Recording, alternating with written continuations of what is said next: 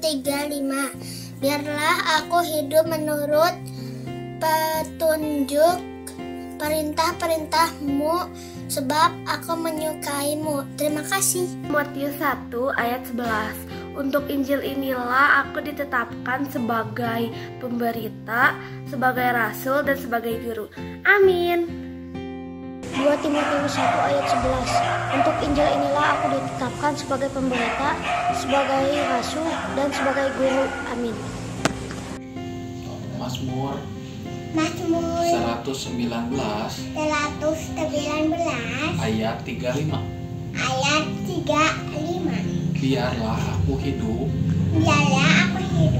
menurut petunjuk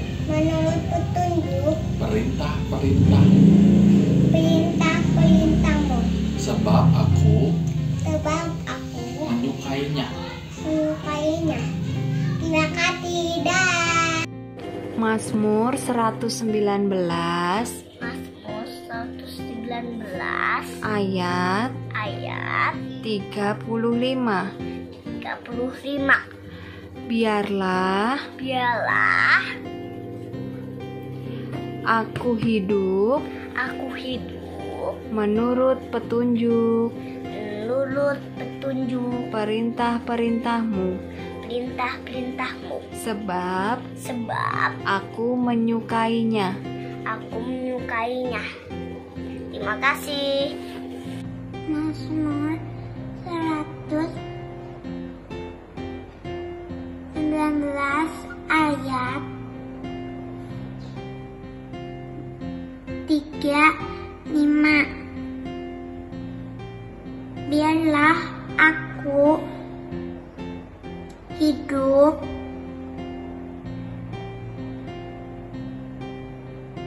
menurut petunjuk perintah-perintahmu, sebab aku menyukainya. Bye. Mazmur 119 ayat 35. Biarlah aku hidup menurut petunjuk perintah-perintahmu, sebab aku menyukainya. Terima kasih. Mazmur 119 ayat 35. Biarlah Aku hidup menurut petunjuk perintah-perintahmu, perintah-perintahmu, sebab sebab aku menyukainya. aku menyukainya. Good job. 2 Timotius 1 ayat 11. Untuk Injil inilah aku telah ditetapkan sebagai pemberita, sebagai rasul, dan sebagai guru. Timotius 1 ayat 11. Untuk Injil inilah aku telah ditetapkan sebagai pemerintah, sebagai rasul, dan sebagai guru. Terima kasih. Mazmur 119 ayat 35. Biarlah aku hidup menurut petunjuk perintah-perintahmu, sebab aku menyukainya. Terima kasih. Matius 1 ayat 11. Untuk Injil inilah aku telah ditetapkan sebagai pemberita, sebagai rasul, dan sebagai guru. Amin. 2 Timotius 1 ayat 11. Untuk Injil inilah aku telah ditetapkan sebagai pemberita, sebagai rasul, sebagai guru. Terima kasih. Mazmur 119 ayat 35.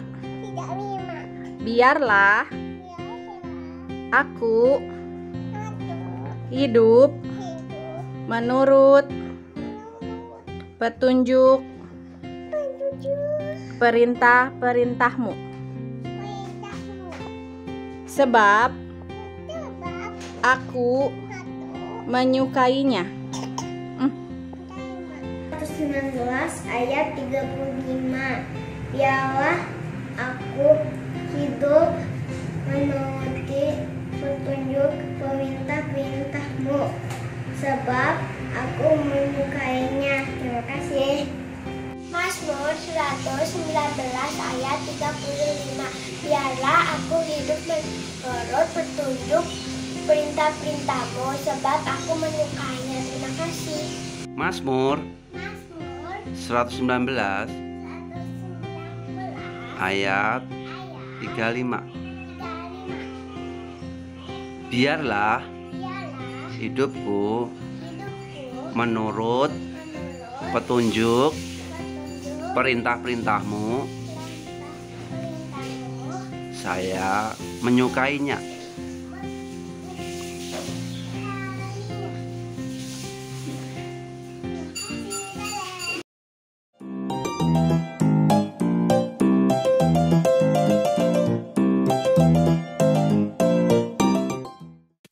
Sebelum memulai ibadah hari ini, yang pertama, orang tua wajib mempersiapkan anak-anak seperti layaknya akan beribadah di gereja, memakai pakaian rapi. Yang kedua, ajak anak-anak untuk mengikuti ibadah dari awal hingga akhir, ikut bernyanyi dan mendengarkan firman Tuhan.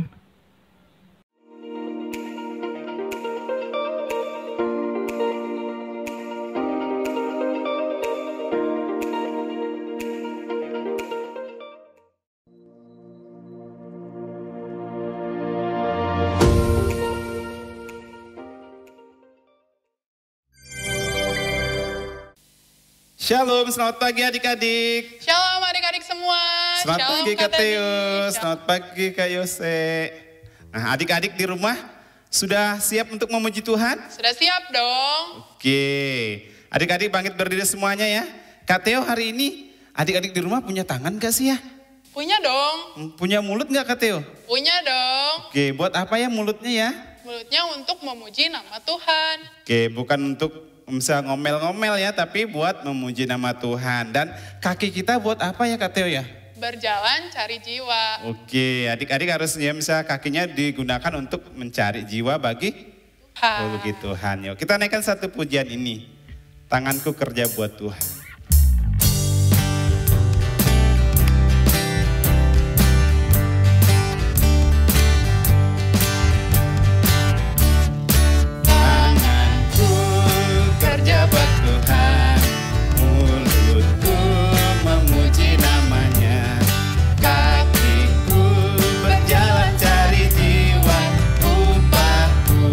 Besar di surga,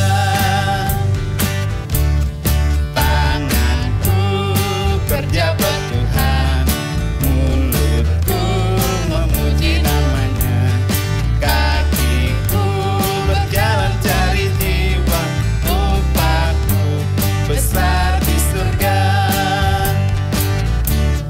tanganku kerja buat Tuhan, mulutku memuji namanya, kakiku berjalan cari jiwa, upahku besar di surga, upahku besar di surga, upahku besar di surga.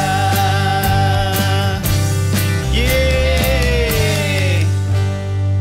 Kak Theo hari ini masih selalu senang gak Kak Theo? Selalu senang dong. Adik-adik Oke. semuanya selalu senang ya. Nah, adik-adik juga pasti senang di rumah ya. Nah, kita mau nyanyikan satu pujian Happy Ya Ya Ya ya. Kita masih berdiri.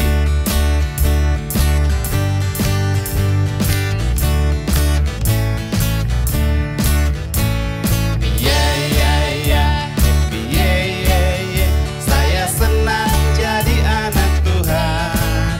Siang jadi kenangan, malam jadi impian. Cintaku semakin mendalam. Happy, yeah, yeah, yeah, happy, yeah, yeah, yeah. Saya senang jadi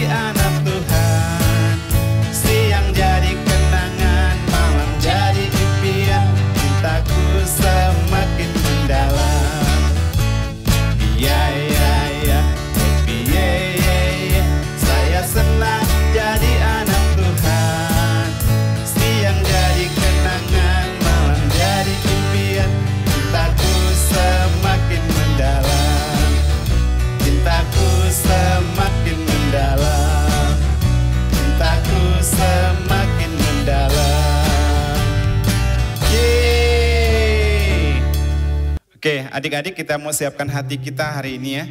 Sebelum kita mendengarkan firman Tuhan, bahwa kita datang ke dunia ini tidak membawa apa-apa, dan kita pulang pun tidak membawa apa-apa. Tapi kita bersyukur ya, karena Tuhan sudah menyelamatkan kita, Dia sudah memberikan putra yang tunggal buat kita. Kita naikkan satu pujian, hati sebagai hamba, ku tak membawa apapun juga.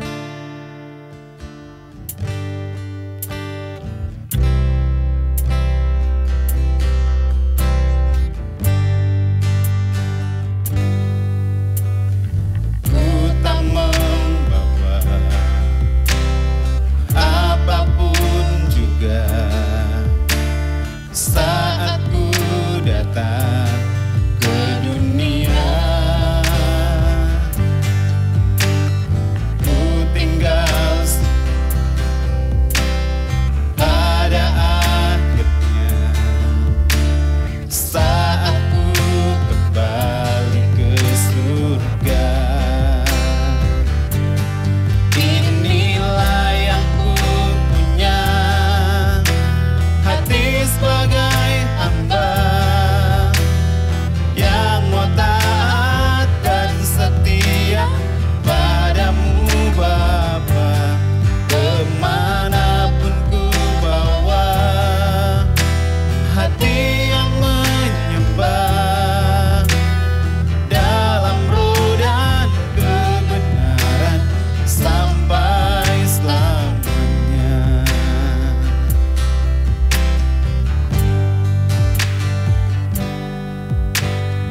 Ku tak membawa apapun juga saat ku datang ke dunia. Ku tinggal pada akhirnya. Saat ku kembali ke surga, inilah yang ku punya, hati sebagai hamba yang mau taat dan setia padamu Bapa. Kemanapun ku bawa, hati yang menyembah dalam roh dan kebenaran sampai selamanya. Inilah yang ku punya, hati sebagai hamba yang mau taat dan setia padamu Bapa. Kemanapun ku bawa, hati yang menyembah dalam roh dan kebenaran sampai selamanya. Dalam roh dan kebenaran sampai selamanya. Dalam roh dan kebenaran sampai selamanya.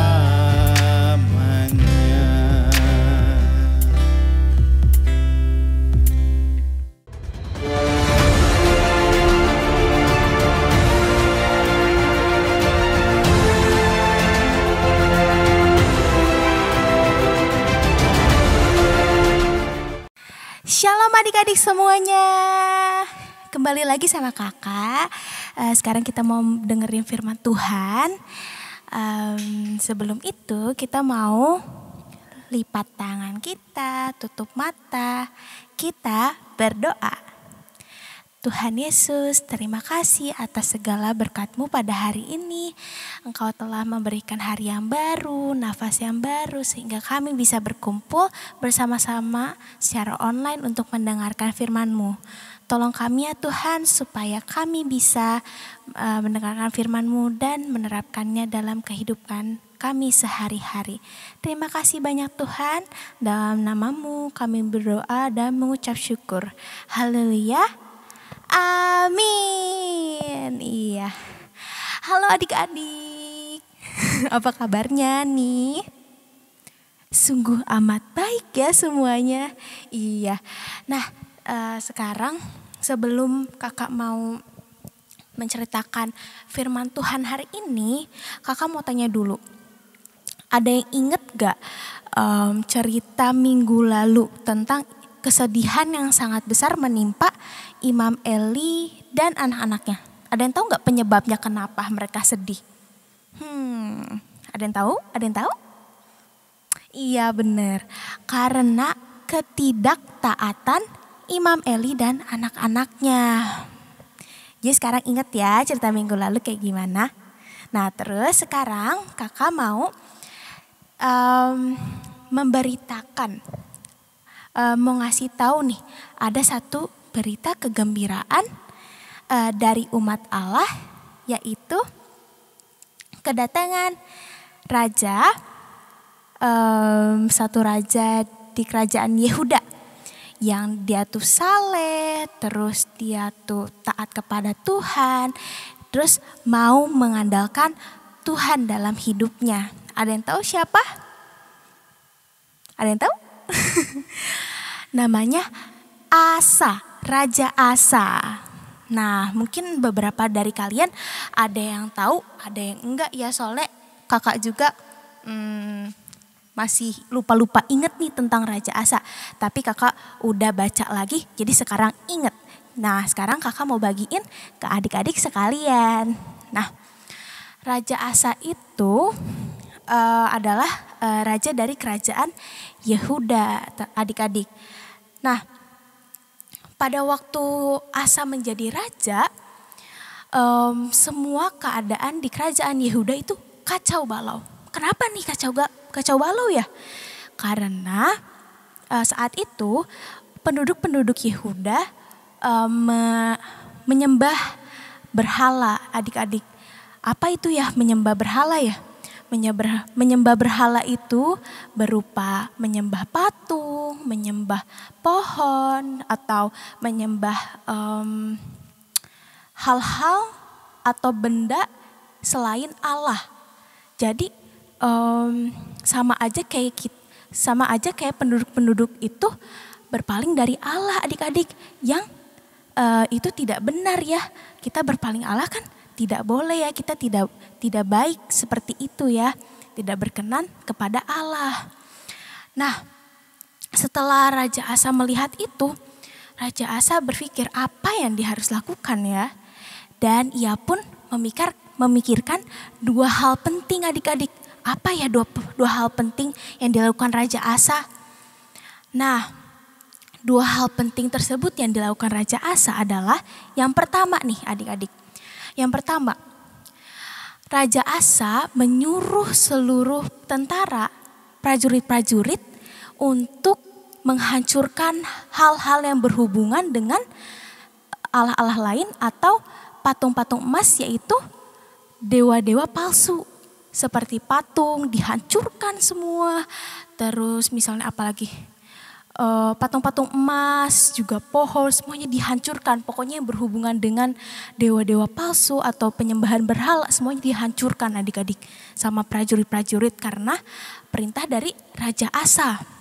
Nah yang kedua nih adik-adik, yang kedua adalah Raja Asa memerintahkan penduduk untuk mencari Tuhan, lalu membelokkan hatinya kepada Tuhan dan mau taat kepada hukum-hukum Tuhan dan juga firman Allah. Nah jadi penduduk-penduduk Yehuda ini disuruh bertobat sama Raja Asa. Nah gak hanya dua hal tadi, Raja Asa pun memimpin seluruh bangsanya untuk percaya kepada Tuhan, untuk bertobat, untuk menaati firman Tuhan adik-adik gitu. Jadi soalnya kan kalau misalnya kita mau dari kita yang berbelok hatinya daripada Tuhan, saat kita mau balik lagi ke Tuhan, itu ada prosesnya ya adik-adik. Jadi harus dipimpin oleh seseorang yang bisa memimpin untuk menaati Allah. Nah, mereka pun penduduk-penduduk itu penduduk Yehuda itu pun berhenti menyembah berhala adik-adik, dan puji Tuhannya mereka juga mau taat kepada Allah. Nah, setelah itu Allah pun memberkati mereka. Apa tuh berkatnya ya?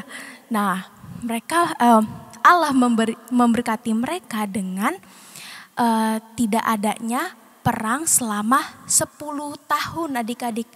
10 tahun. Jadi waktu dulu tuh kalau misalnya zaman dulu tuh sering banget terjadi yang namanya perang. Gitu untuk merebut wilayah satu sama lain. Nah, kalau di wilayah Yehuda ini Tuhan tidak mengizinkan adanya perang karena mereka mau taat kepada Allah. Gitu adik-adik. Nah, selanjutnya ada satu hal yang mengerikan. Jing jing jing jing. Kenapa ya? Nah, sebelum kita tahu nih hal-hal mengerikan apa yang akan terjadi, kita baca dulu ya di 2 Tawarikh 14 ayat 9. 2 Tawarikh 14 ayat 9. Udah ya, kakak bacain aja ya. 2 Tawarikh 14 ayat 9. Zerah orang Etiopia itu maju berperang melawan mereka dengan tentara sebanyak 1.000.000 orang dan 300 kereta. Ia sampai ke Maresa. Nah, adik-adik. Nah, ya, hal mengerikan itu adalah adanya 1.000.000 orang adik-adik yang mau menyerang Yehuda dan Raja Asa. Dan juga ada 300 kereta yang akan menyerang mereka. Wah, kebayang adik-adik, kakak aja mau ngelihat 100 orang di hadapan kakak mau nyerang kakak. Kakak aja kayak takut ya. Nah, kalau misalnya gimana Raja Asa ya melawan, mau ada 1.000.000 orang yang mau melawan dia dan tentara-tentaranya yang lebih sedikit adik-adik. Nah, kebayang ya takutnya gimana kalau misalnya kita ada di situ. Nah, nama orang itu, Ethiopia itu adalah Zerah yang memiliki 300 kereta dan 1.000.000 tentara tersebut adik-adik. Nah, sehabis itu Raja Asa pun tahu bahwa hal mengerikan akan terjadi adik-adik. Waduh. Terus menurut adik-adik Raja Asa melakukan apa ya? Apa dia lari? Atau dia duduk aja diem? Atau dia berseru kepada Allah? Ada yang tahu enggak? Ada yang tahu? Iya. Jadi Raja Asa itu berseru-berseru kepada Allah. Nah, sebelum itu supaya kita tahu, kita buka lagi ya Alkitab kita. Jangan bosan-bosan ya adik-adik untuk buka Alkitab kita. Nih ya. Di 2 Tawarikh 14 ayat 11. 2 Tawarikh 14 ayat 11. Udah? Kakak bacain aja ya. Kemudian Asa berseru kepada Tuhan Allahnya, "Ya Tuhan, selain daripada Engkau, tidak ada yang dapat menolong yang lemah terhadap yang kuat. Tolong kami ya Tuhan, Allah kami, karena kepadamulah kami bersandar, dan dengan namamu kami maju melawan pasukan yang besar jumlahnya ini. Ya Tuhan, Engkau Allah kami, jangan biarkan kami mempunyai kekuatan melawan Engkau." Ya adik-adik, dibilang di 2 Tawarikh 14 ayat 11, kalau Raja Asa itu berseru-seru kepada Allah, meminta tolong kepada Allah. Jadi dia gak diem aja ya adik-adik, dia gak lari ya adik-adik, tapi dia mau mengandalkan Allah, dia mau percaya kepada Allah. Nah, sehabis itu, menurut kalian, apakah seruan Raja Asa dijawab oleh Tuhan? Ada yang tahu nggak? kalau nggak dijawab berarti nanti kalah ya. Tapi kalau dijawab pasti menang dong. Yang mana dong? Ada yang tahu? Iya, dijawab ya adik-adik. Jadi seruan Raja Asa dan permintaan tolong Raja Asa dijawab oleh Tuhan. Dan akhirnya Allah pun memukul kalah tentara-tentara Zerah, dan tentara-tentara musuh itu pun pergi adik-adik melarikan diri ketakutan karena sudah dipukul kalah oleh Allah. Nah, tentara-tentara tadi yang kabur pun dikejar oleh tentara Raja Asa adik-adik. Nah, walau Zerah kelihatannya lebih kuat, lebih banyak pasukannya ya adik-adik, tapi karena Allah, Raja Asa dan tentara-tentaranya pun bisa menang atas Zerah. Dan mereka hanya percaya kepada Allah dan taat kepada Allah. Cerita ini mengajarkan kita ya adik-adik, kok kita tuh harus taat seperti Raja Asa. Taat, T-A-A-T. Menurut kalian taat itu kayak gimana ya? Tahu gak? Contohnya nih, kok taat. Kalau misalnya kalian diminta untuk ngerjain PR sekarang karena besok udah dikumpulin. Nah, kalian ngerjain PR tersebut itu namanya taat atau bukan? Taat ya, bener ya. Iya, pinter semuanya. Nah, itu yang dinamakan taat ya, sama seperti Raja Asa ini. Ia mau taat kepada Allah dan mengandalkan Allah di keadaan apapun. Nah, mungkin kalau misalnya di Raja Asa ya, Raja Asa itu diserang oleh musuh dengan tombak, dengan pedang, dengan perisai atau apa ya yang berbentuk fisik ya. Nah, kalau kita sendiri akan diserang oleh satu orang yang sangat tidak suka kalau misalnya kita taat kepada Tuhan. Ada yang tahu nggak satu orang yang benci banget kalau misalnya kita taat kepada Tuhan? Ada yang tahu? Ada yang tahu nggak? Ayo. Ya, iblis, bener teman-teman. Nah, iblis ini nggak suka banget kalau misalnya kita taat kepada Allah. Makanya iblis pun suka menyerang kita dengan godaan dan cobaan. Nah, mungkin kalian bertanya-tanya ya, godaan dan cobaan dari iblis tuh contohnya kayak gimana ya Kak? Aku harus gimana juga nanti ya. Nah, gini contohnya adik-adik. Kalau misalnya kalian lagi ulangan, kan kalian lagi mungkin dari sebagian kalian udah pada sekolah offline ya, mungkin. Atau misalnya dulu kalian pernah sekolah offline. Nah, kalian lagi ulangan nih atau lagi tes. Terus kalian lupa nih, aduh nomor 10 apa ya jawabannya, aku gak tahu gitu. Terus kalian ngelirik ke sebelah, ternyata lembar jawaban teman kalian terlihat tuh sama kalian. Dan kalian dihadapkan dua pilihan. Kalian mau nyontek dan taat kepada iblis yang tidak disenangi Allah. Kedua, kalian taat kepada Tuhan untuk tidak menyontek yang membuat Tuhan senang. Nah, pastinya kalian semua harus memilih tidak menyontek ya adik-adik.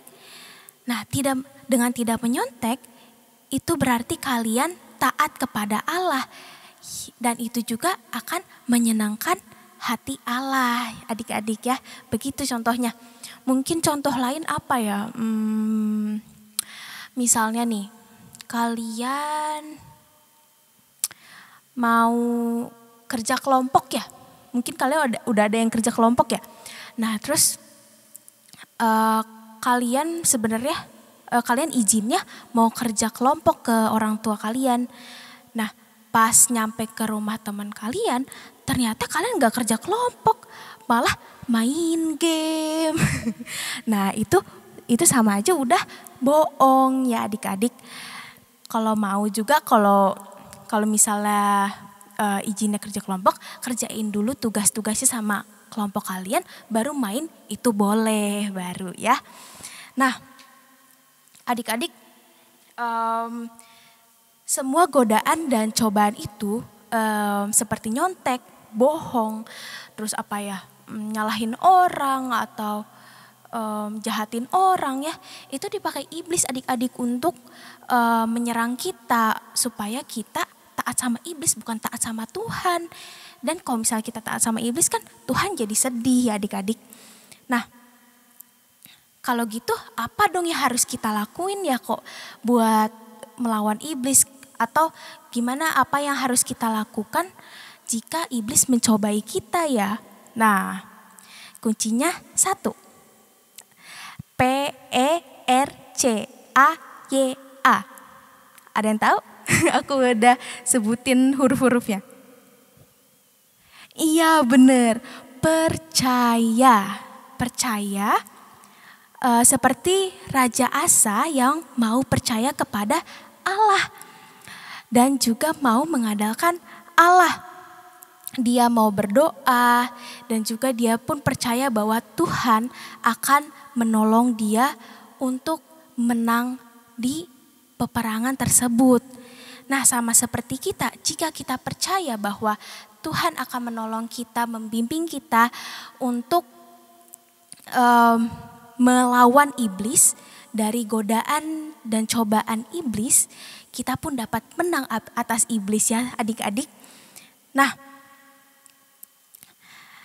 karena Yesus juga sudah mati di kayu salib dan sudah bangkit juga untuk kita semua, maka kita dapat menang atas iblis gitu. Nah kita nggak akan sendirian untuk melawan kuasa iblis adik-adik. Jadi Allah selalu menyertai kita dan membimbing kita untuk melawan iblis atau melawan godaan dan cobaan iblis. Jadi adik-adik semangat, jangan kalah sama iblis. Jadi kalau misalnya kalian udah berpegang teguh sama firman Allah, kalian udah percaya sama Tuhan bahwa Tuhan akan menolong kalian untuk melawan godaan dan cobaan iblis. Jadi kalau misalnya ditawarin, udah kamu bohong aja kata iblis, tapi kamu bisa melawan. No, aku gak mau bohong. Anak Allah tidak boleh bohong. Atau misalnya ditawarin sama iblis, udah nyontek aja, nyontek sekali gak apa-apa. No, aku gak mau nyontek karena anak Tuhan gak boleh nyontek. Nah gitu adik-adik ya. Ingat ya pesan kakak apa? Percaya kepada Tuhan dan taat kepada Tuhan. Nah segitu dulu adik-adik dari kakak. Semoga kalian ngerti ya sampai sini. Jangan lupa apa? Percaya dan taat kepada Allah. Nah sekarang kita mau ngafalin ayat hafalan dari Mazmur 119 ayat 9. Kakak bacain langsung ya. Dengan apakah seorang muda mempertahankan kelakuannya baik, bersih, dengan menjaganya sesuai dengan firman-Mu. Gitu adik-adik, itu ya ayat hafalannya. Dihafalin jangan lupa, dan jangan lupa kata-kata kakak apa? Percaya dan taat kepada Allah. Iya benar. Nah segitu dulu dari kakak. Nah sekarang kita mau doa penutup ya. Semuanya lipat tangannya, tutup matanya, kita berdoa.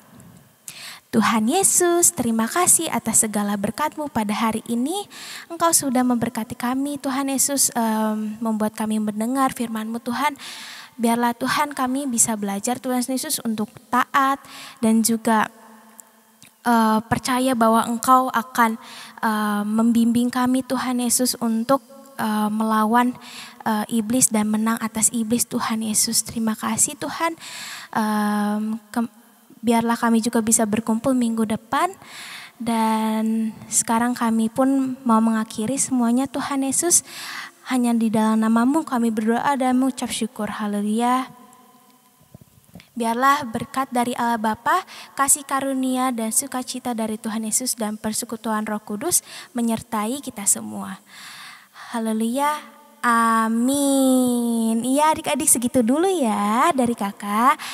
Nah jangan lupa dihafalin ayat hafalannya dan taat dan percaya kepada Allah. Ya, dadah adik-adik. Sampai jumpa minggu depan.